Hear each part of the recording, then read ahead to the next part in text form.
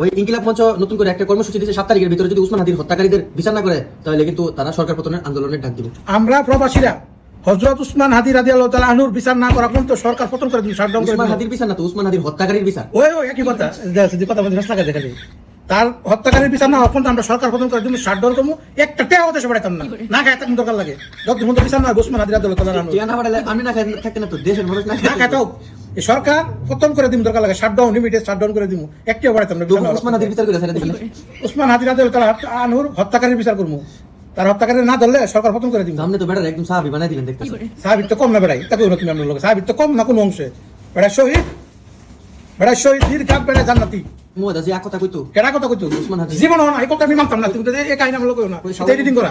আচ্ছা তারপরে আরেকটা বিষয় মাইলস্টোনে যখন বিমান ক্র্যাশ হয়েছিল তখন হ্যাঁ। বলতে এই মাইলস্টোন আসবে মাইলস্টোন যাবে উসমান হাদি কিন্তু নিজে কইছে আমি কিন্তু প্রমাণ দিতাম কইতেছে জুলাই সনদ থেকে মুখ ফেরানো যাবে না, মানুষ মরবে মানুষ আসবে যাবে জুলাই সনদ আগে। ও তোমরা নজুল সনদ চাইছে দেখে তো তোমরা একটা দুর্ঘটনা ঘটায় যে এটা দামা দিয়ে লাগছে সনদ দিবা দিকে তো বেড়া তো ঠিক করতে গেছে আগে জুলাই সনদ তারপরে সব জান নামো যাক এখন আইছো নির্বাচন না এটা বেড়ার কোনো বিচারের কোনো খবর নাই। আজ যখন আসামি দপ্তর না তোমরা বেটার বিচারের কোনো খবর নেই তো দেশে কি পরিস্থিতি আগে বেড়ার বিচার করো।